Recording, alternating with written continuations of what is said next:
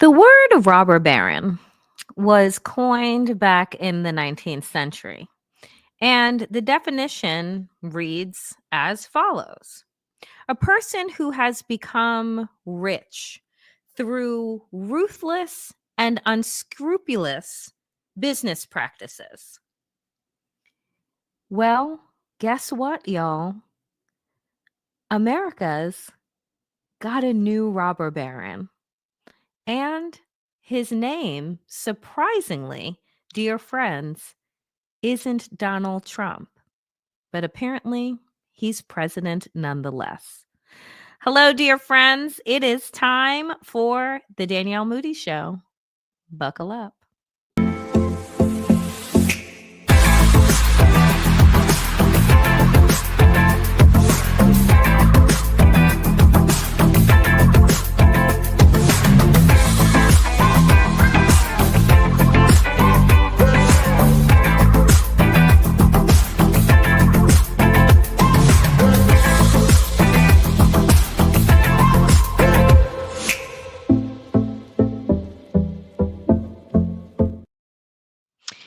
Hello, dear friends, and welcome to the Danielle Moodie Show. Robber barons, thieves, grifters, all words that we know, but don't really understand until, of course, we feel their presence. A robber baron, like I said at the top, is defined by a person who is wealthy and has amassed their wealth through unscrupulous and illegal means. I can think of no better term to use for this man than that. Elon Musk is, in fact, America's new robber baron. Well, frankly, all the technocrats are. But Elon Musk embodies, just the blanket definition of what it means to amass a certain amount of wealth, use the media to create the smoke and mirrors circus to have people believe that you've amassed this wealth because you're somehow a genius. But he's not. And I think that that becomes more apparent by the day. But take a look at this. This was a New York Times opinion article written back, folks, in October 2022 by author David Nassau, who also wrote a book on Andrew Carnegie. He also wrote a book on Joseph Kennedy and the patriarch. So this is a man that is very well versed and studied in robber barons, right? And how these individuals are able to make their wealth not on what it is that they necessarily produce, but how they are able to eliminate government regulations and trick the public into believing that they are gaining something rather than losing something by their sheer presence. So this is what David wrote back in October of 2022 when Elon Musk was on the precipice of buying Twitter. We all know how that has gone since. David wrote this: Mr. Musk has exploited the opportunities emerging in a rapidly disintegrating regulatory state apparatus and acquired a small army of investors and a fleet of lobbyists, lawyers, and fanboys known as musketeers. Oh, God.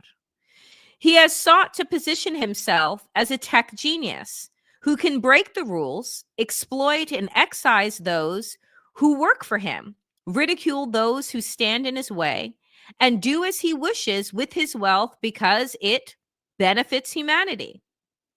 He'll rescue the planet with his electric cars and save Ukraine with his satellite systems, but he must be freed of government interference to do these good deeds. Well, We know that since this article was written back in 2022 in the New York Times, and I will go ahead for those of you that are live right now and drop a link to the article in the chat so that you all can see it. It is here. I've just dropped it in. But since then, we know that Elon Musk is not even pretending to do any good deeds anymore, is he? He's not doing anything to benefit humanity. As a matter of fact, he's doing his best to bankrupt the most vulnerable people, not only in this country, but around the world. He doesn't give a shit about Ukraine. We know that. Why? Because he, on behest of Putin, shut off Starlink and shut off satellite systems in vulnerable countries that were, being attacked, whether that be Taiwan, shut that off for Xi Jinping, or whether you shut it off for Putin. We know that Elon Musk is not even pretending. He's not a philanthropist, right? He is, in fact, a robber baron. So David goes on and says this, quote, "For more than 2 centuries, American moguls like Mr. Musk," and I use American, I think American is doing a lot of work in this sentence. While he may have been a naturalized citizen, we know that apartheid South Africa lives inside of his heart and on his tongue. Nonetheless, American moguls like Mr. Musk have transformed our economy and our daily lives and enriched themselves by playing a winning game with governments. They sought and received from those governments enormous subsidies and protections while demanding that they be left alone to conduct their business as they pleased. The railroad robber barons built their fortunes on government supplied land on which they laid their tracks and then collected government subsidies for every mile of it.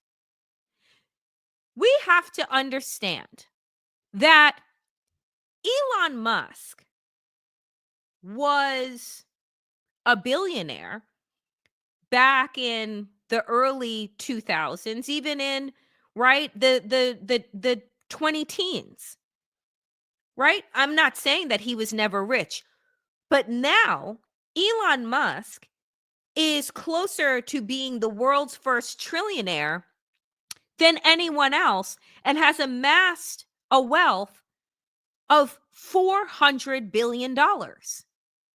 It is not on anything that this man has produced. It isn't about the factories that he's opened or the products that he has created.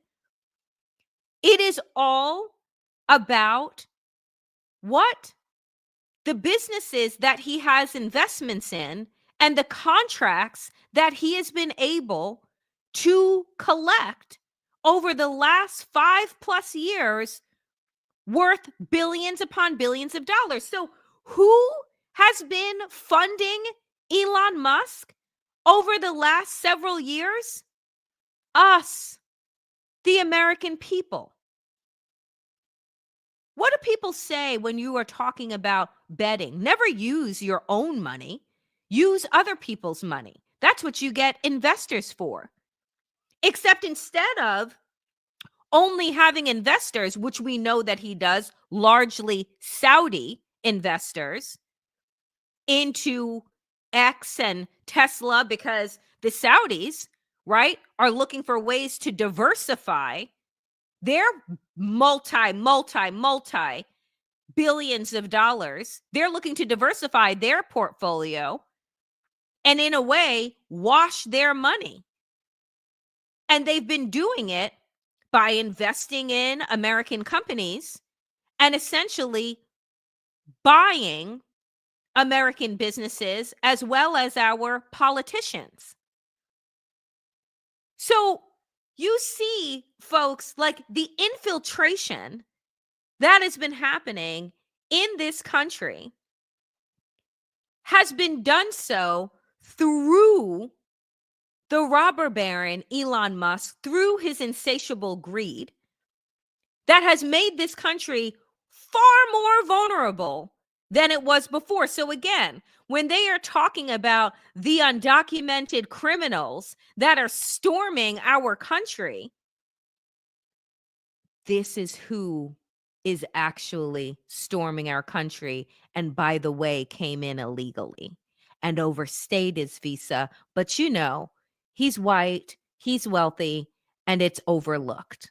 Because again, what do we look at?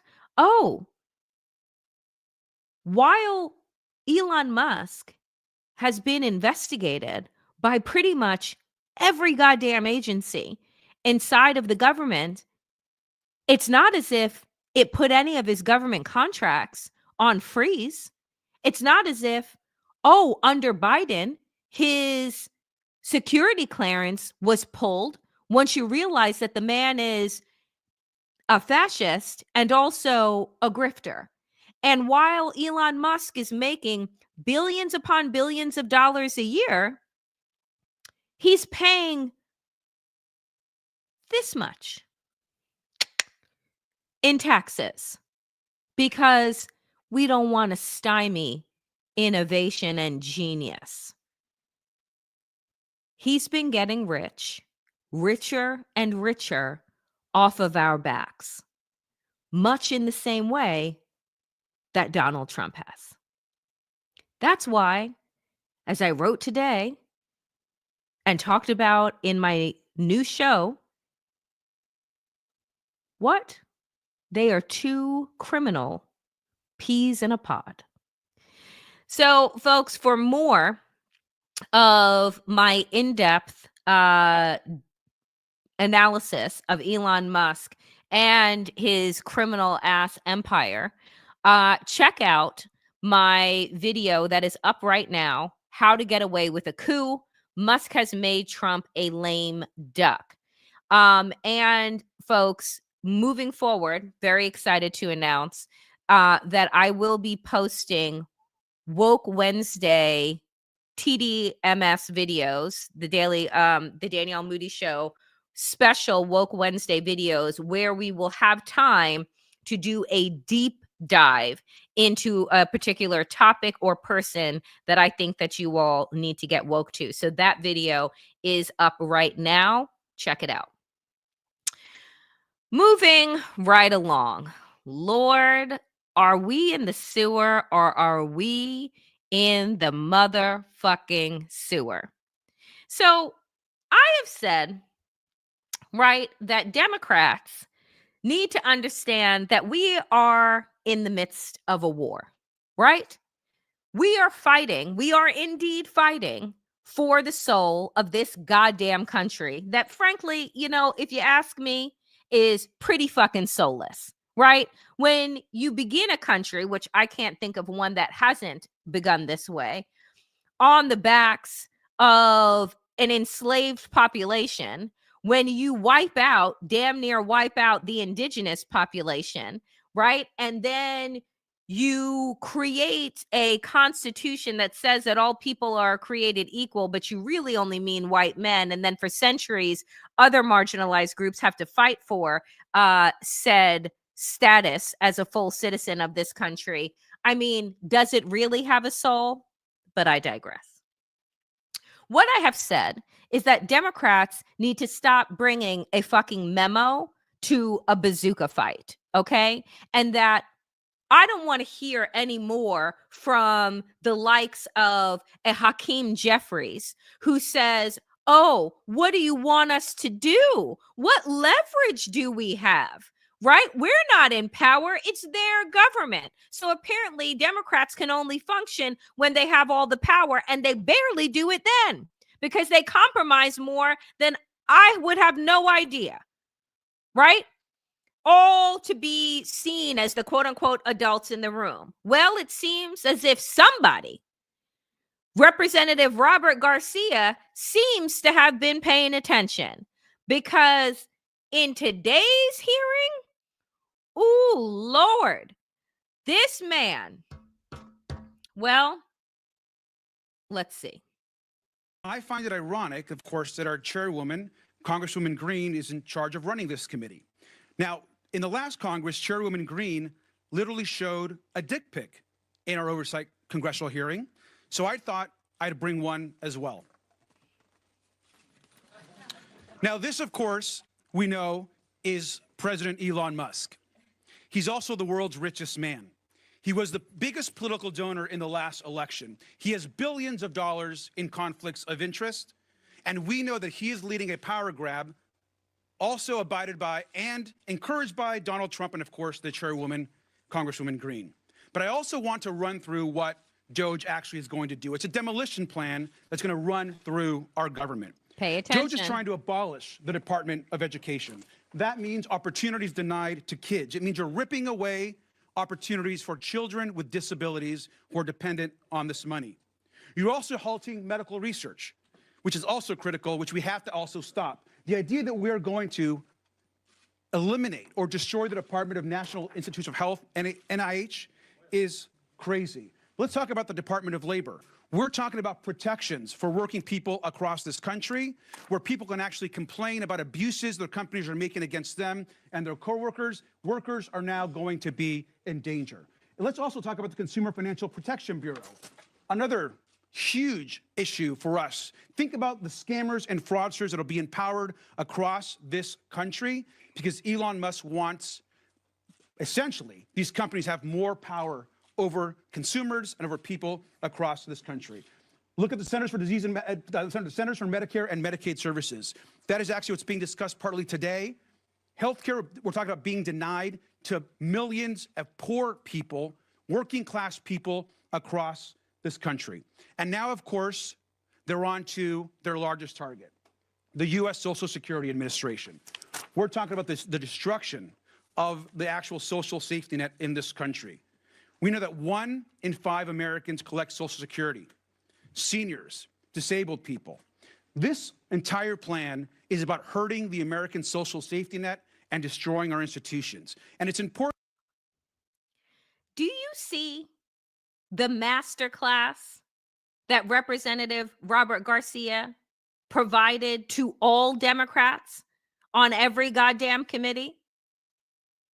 You need to grab people's attention in order to get them to pay attention to you and to what is happening in their lives and in their government. So he starts out with a crass fucking joke, right? Like, So in our government, we have folks like Marjorie Taylor Greene who wanted to pass around.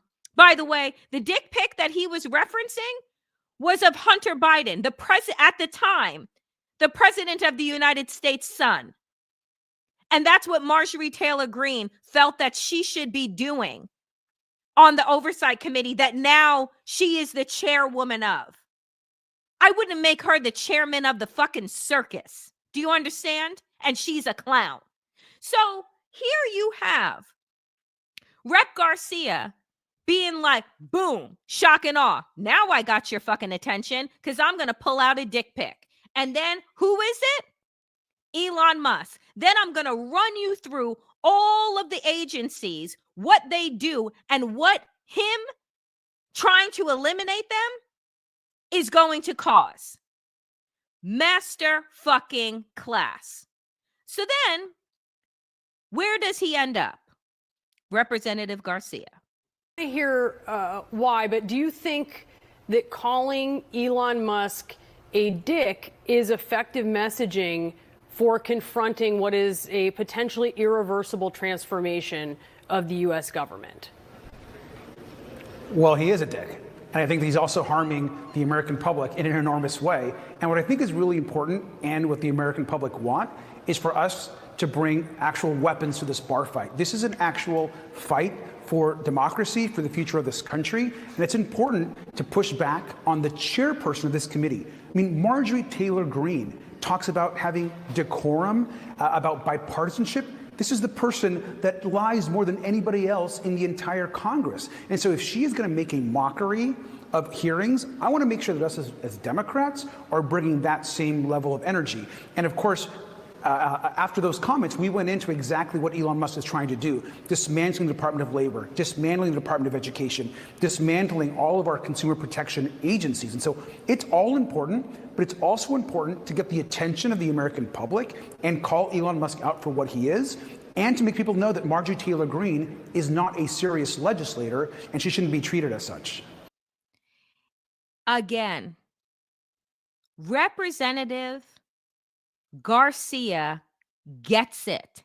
This is the fucking energy I am talking about every day I get on the microphone. Where are my Democrats that know how to grab attention, they know how to tell a story, and they know how to provide directives to the American people?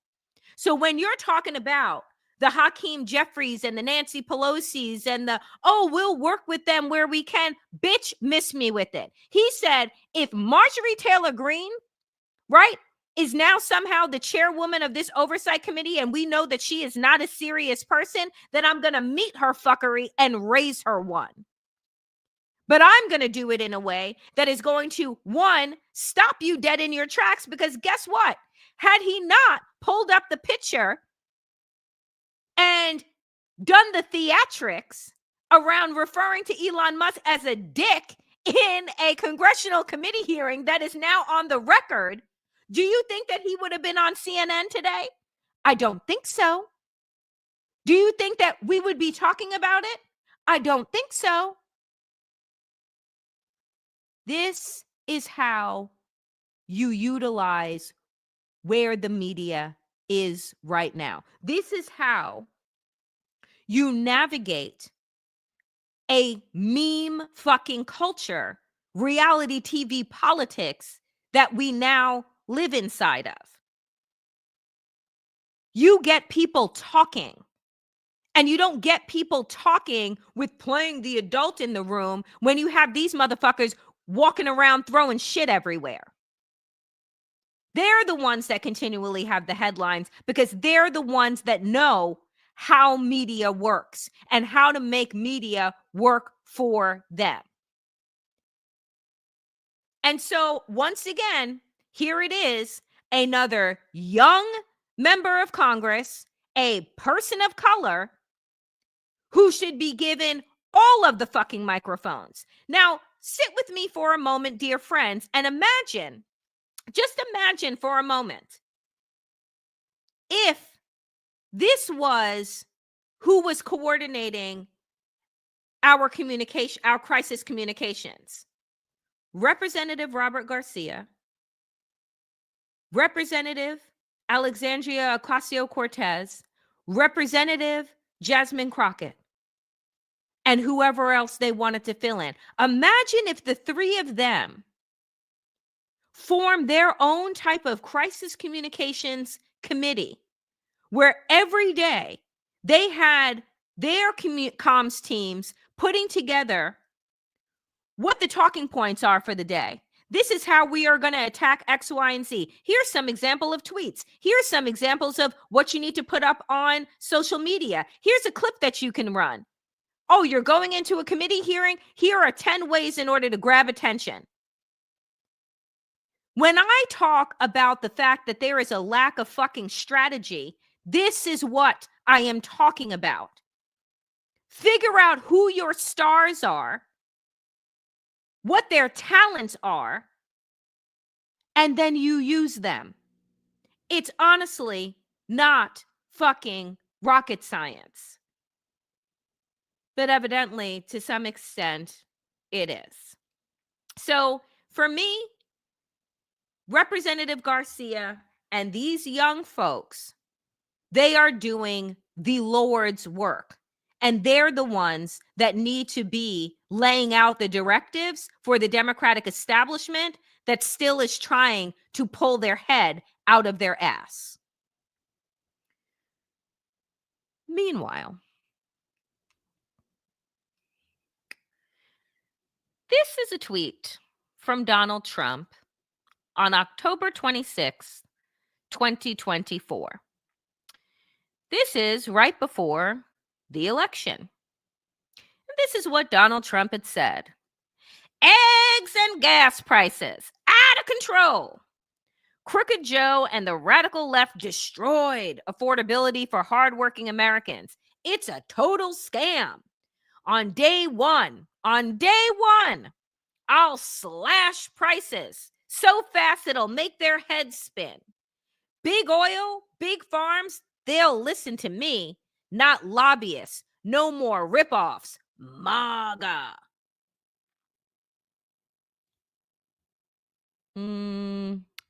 Narrator.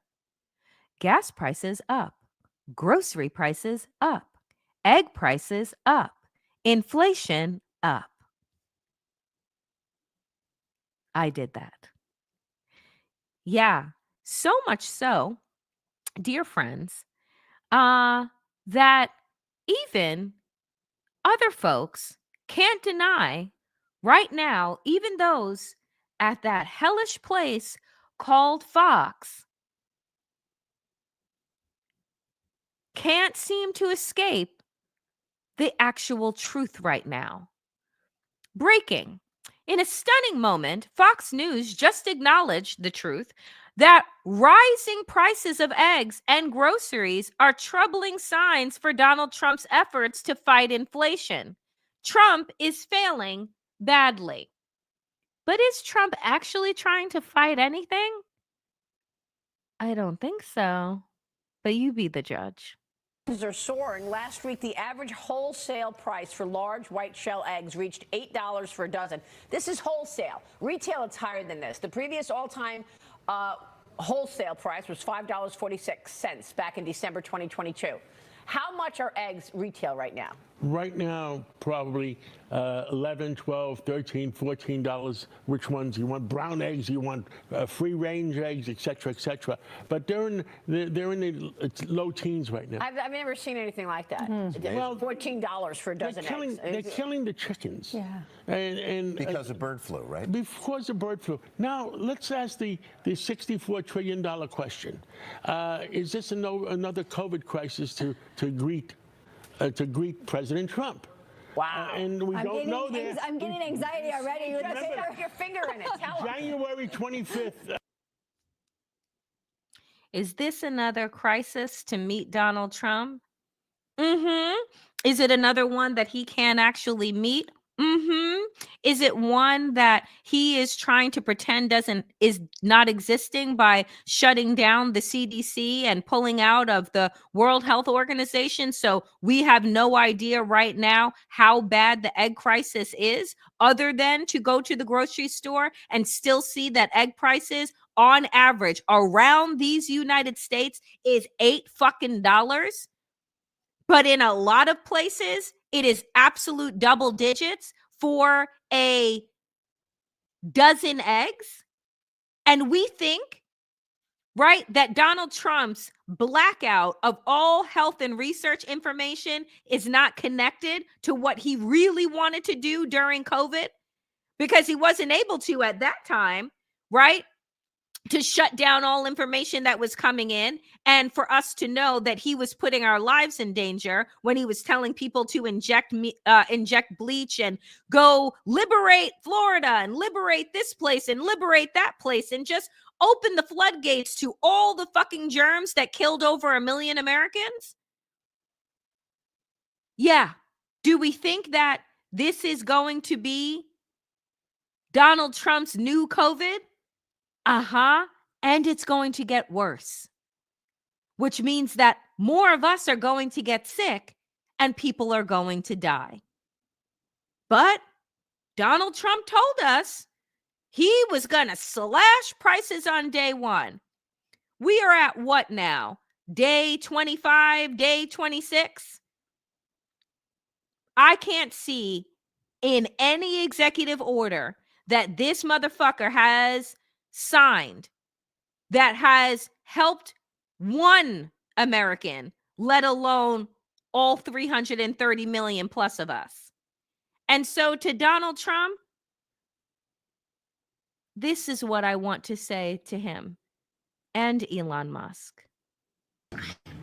from one year to the next are the same, and they're That's little X.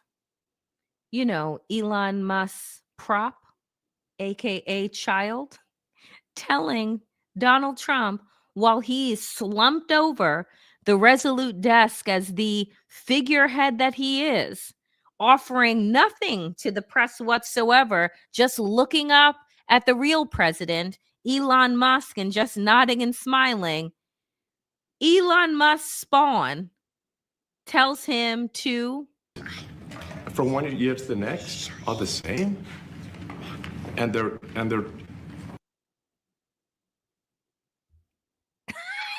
it would be funny if we weren't watching our lives and our country crumble right before us, you know? But I have to use it as levity because, oh my God, he just sat there and what did Trump do?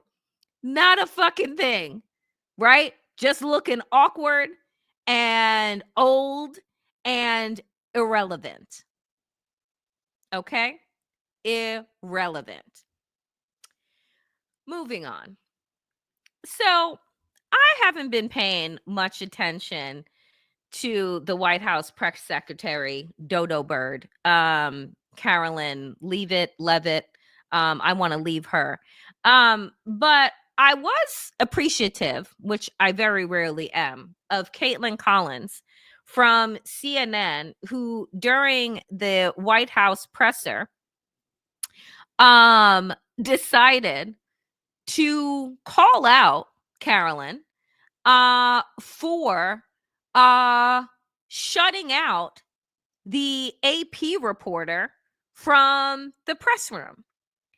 And y'all, okay, just listen. It's an invitation that is given, and there are hundreds of outlets on this campus. Many of you in this room who don't have the privilege of being part of that pool every single day and getting to ask the president questions. We reserve the right to decide who gets to go into the Oval Office, and you all have credentials to be here, including the Associated Press, who is in this briefing room today. But isn't it retaliatory in nature is the argument, because there's a reason that the AP was barred, which they said was because they're not using the phrase Gulf of America, they're using Gulf of Mexico in line with their standards.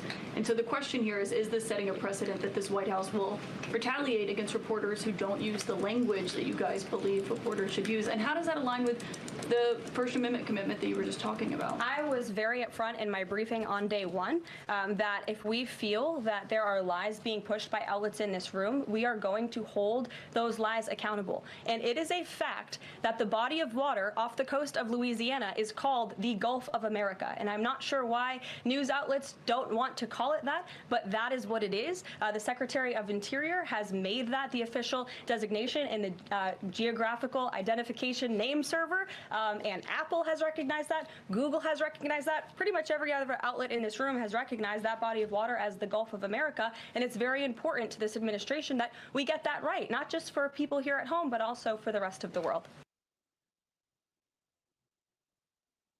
Gulf of America. This is what she thinks is important.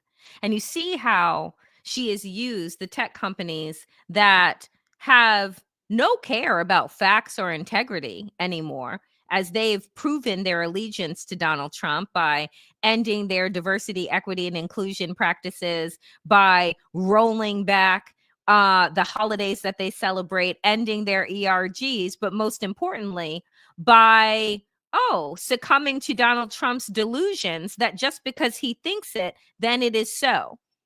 And you see the fact that she had said, well, everyone else recognizes this fact. Just because you decide to name something, rename it, doesn't make it a fucking fact.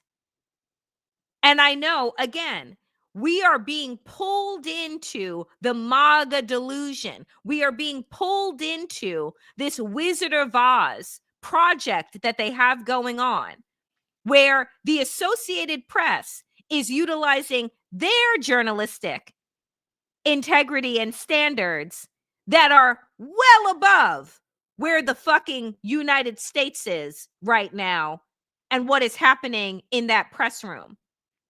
And because they're not going to refer to this, the Gulf of Mexico, as what the fuck it is, now you're going to be kicked out of the press room?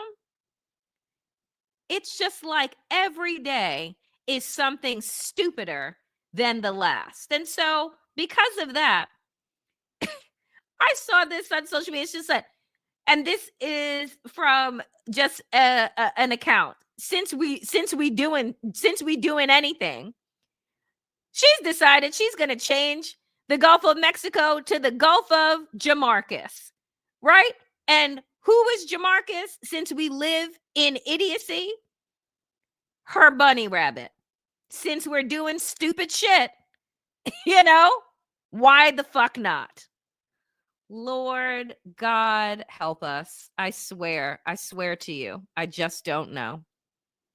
But before I get out of here today, folks, I have said since the beginning of this new regime that I am not going to follow every single fucking headline.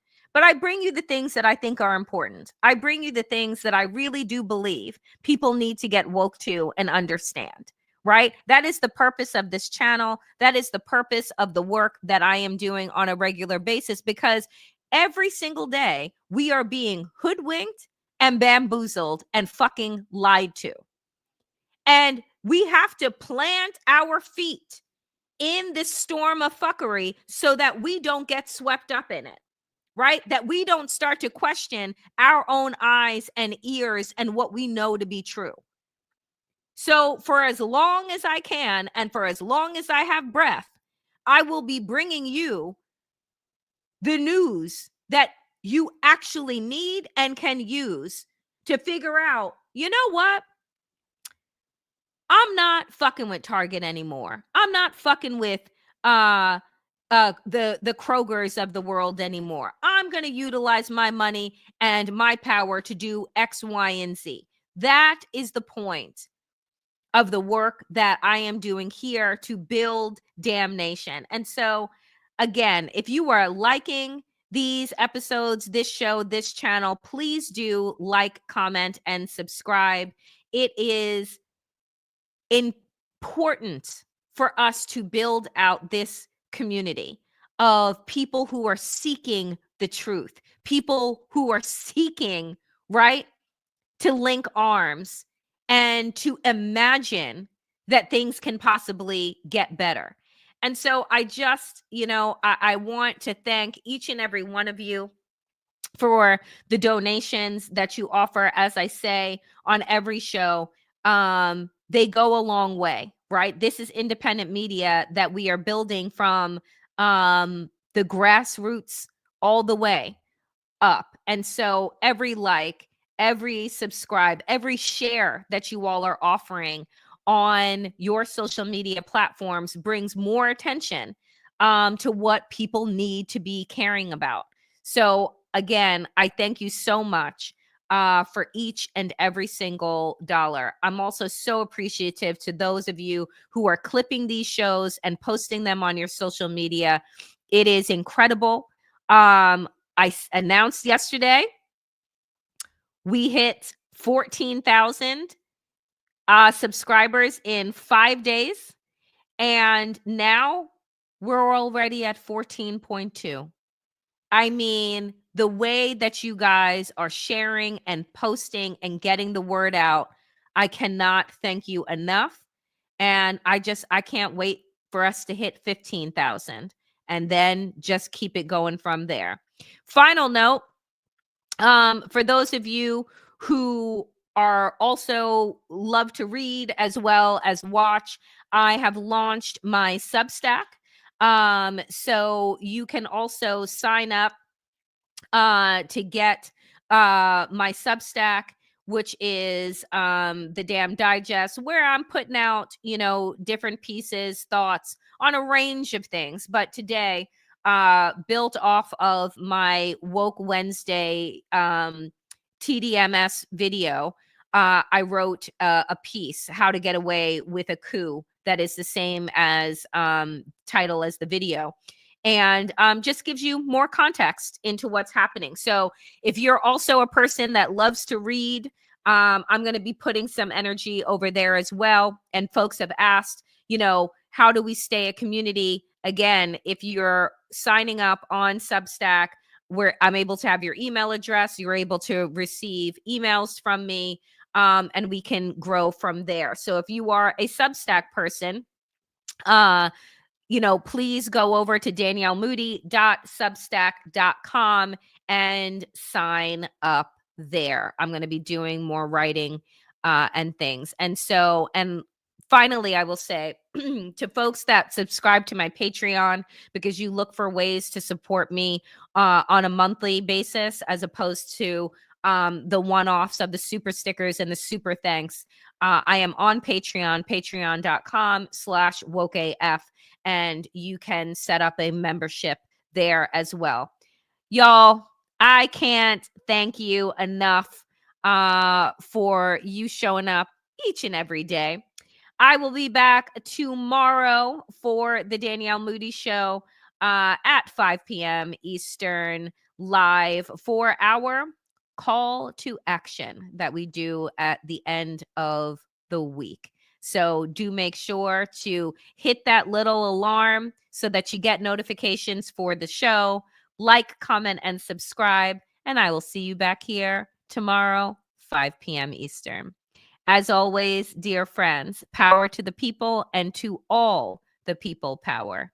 Get woke, stay sane, and in these extraordinarily dangerous times, dear friends, do stay safe. See you later. Take care.